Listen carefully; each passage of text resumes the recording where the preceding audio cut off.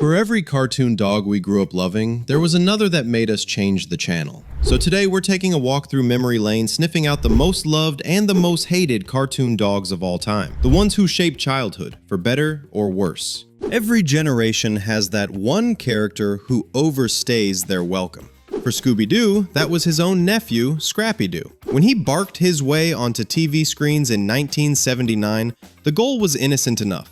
Make the show cuter, fresher, and maybe grab a new generation of kids. A fresh young pup full of energy and optimism. But what we got instead was pure annoyance. Scrappy was a walking energy drink with fur, shouting, picking fights with criminals twice his size, and interrupted every scene. Fans didn't just dislike him, they petitioned against him. Even the rest of the gang seemed exhausted, as if they were secretly plotting to leave him at the next haunted mansion. Scrappy-Doo didn't just test the patience of his audience, he nearly sank the entire franchise. A lesson every reboot since has learned the hard way. Not every mascot needs a makeover. But for every Scrappy, there's a Scooby. Scooby-Doo isn't just a cartoon dog. He is Saturday morning, the dog who defined an entire generation. He wasn't brave, but he was loyal. He didn't chase mysteries for glory, he did it for snacks. He was the perfect reflection of childhood fear and friendship. Terrified, goofy, and completely lovable. And that made him perfect. Scooby made fear, funny, and mystery feel like home. And somehow, through laughter and snacks, he made monsters less scary. Decades later, Scooby-Doo remains the heartbeat of cartoon history. Proof that courage doesn't need to roar. He defined it. From lovable to loathsome again, meet Muttley, the wheezing sidekick from Wacky Races and Dastardly and Muttley in their flying machines.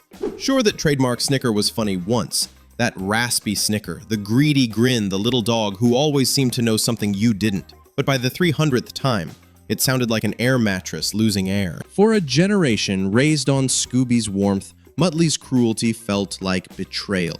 He mocked, he sabotaged, and half the time he'd ruin his own plans just to laugh about it, and he was proud of it. He wasn't the villain you root for, he was the villain you tolerated.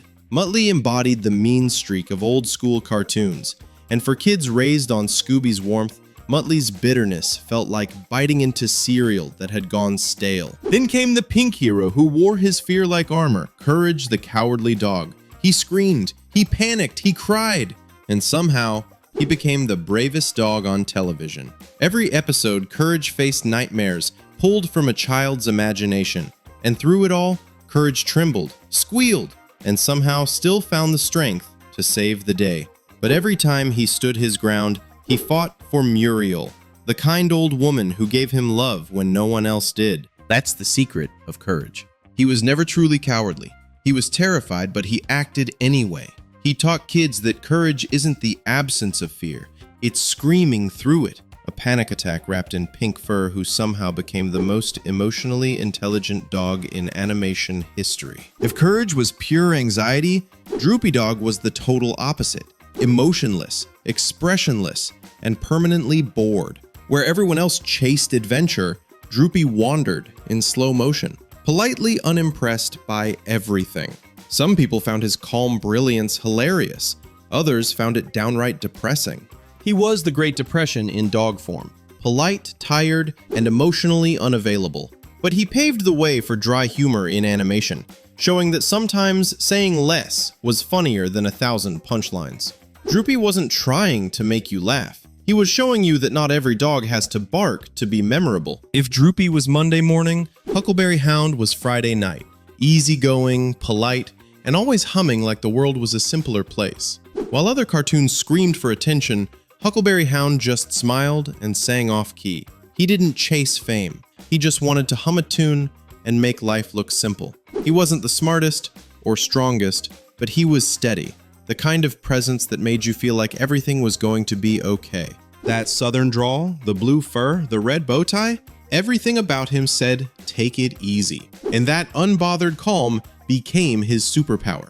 Huckleberry was the cartoon equivalent of comfort food. Kind, gentle, unshakably optimistic. He reminded kids that being nice didn't mean being boring, and being patient didn't mean being weak. In a world full of chaos, Huckleberry made slow feel safe. Now, not every dog aged gracefully such as Brian Griffin. When Family Guy first hit, Brian was a revelation. A dog who drank martinis, quoted philosophy, and acted as the moral compass of a dysfunctional family. He was cool. He was classy. But over time, that charm curdled. The jokes got smug, the monologues got pretentious, and somewhere between hitting on Lois and failing his novel, Brian stopped being relatable. He became the dog who thought he was smarter than everyone else, including the audience. Fans watched in disbelief as Brian transformed from likable companion to pretentious caricature. When the writers killed him off in Life of Brian, Season 12, Episode 6, people actually cheered. A reaction no cartoon dog should ever earn. The damage was done. By the end, he was the reason people hit next episode. For a reminder of what pure loyalty looks like, look no further than Astro, the space-age pup with the heart of an old-fashioned golden retriever. He barked in that iconic voice, "There's a burglar in the house! Aren't you gonna do something?" Burglar? Yeah. Astro wasn't there for plot twists or punchlines. He was there for family. In a world full of flying cars and robot maids, Astro was the only thing that felt human. He reminded viewers that even in 2062, some things never change, like the feeling of coming home to a wagging tail. But if Astro represented everything wholesome about cartoon dogs, Odie was the opposite. The dog who somehow managed to annoy people by doing basically nothing at all. While other cartoon dogs had personality, Odie was just a drooling, blank-eyed question mark bouncing through scenes with nothing to offer. He wasn't funny, he wasn't clever, he wasn't even intentionally cute. He was just there, taking up space. Garfield could have used for a better joke. Fans didn't hate him because he did something wrong. They hated him because he never did anything at all. In a world of expressive, iconic cartoon dogs, Odie felt like a prop with a pulse. The ultimate, "why are you even here?" character. In a cast full of personality, being the one no one misses is its own kind of tragedy. And finally, the icon, Snoopy. The dog who didn't need words to be cool. The silent philosopher. The daydreaming ace pilot. The loyal friend who somehow felt wiser than every adult in Peanuts. Cooler than his owner. Smarter than most adults. Snoopy wasn't just Charlie Brown's dog. He was his emotional opposite. Where Charlie saw rain, Snoopy saw a dance floor. He was imagination personified, a daydreaming pilot, novelist, philosopher, and best friend all rolled into one. He taught kids that imagination wasn't childish. It was magic. Perched on his red doghouse typewriter in paw, Snoopy could be a writer, a soldier, a pilot, or a poet, all before lunchtime. Snoopy made silence powerful, joy subtle, and daydreaming cool. He's not just nostalgia.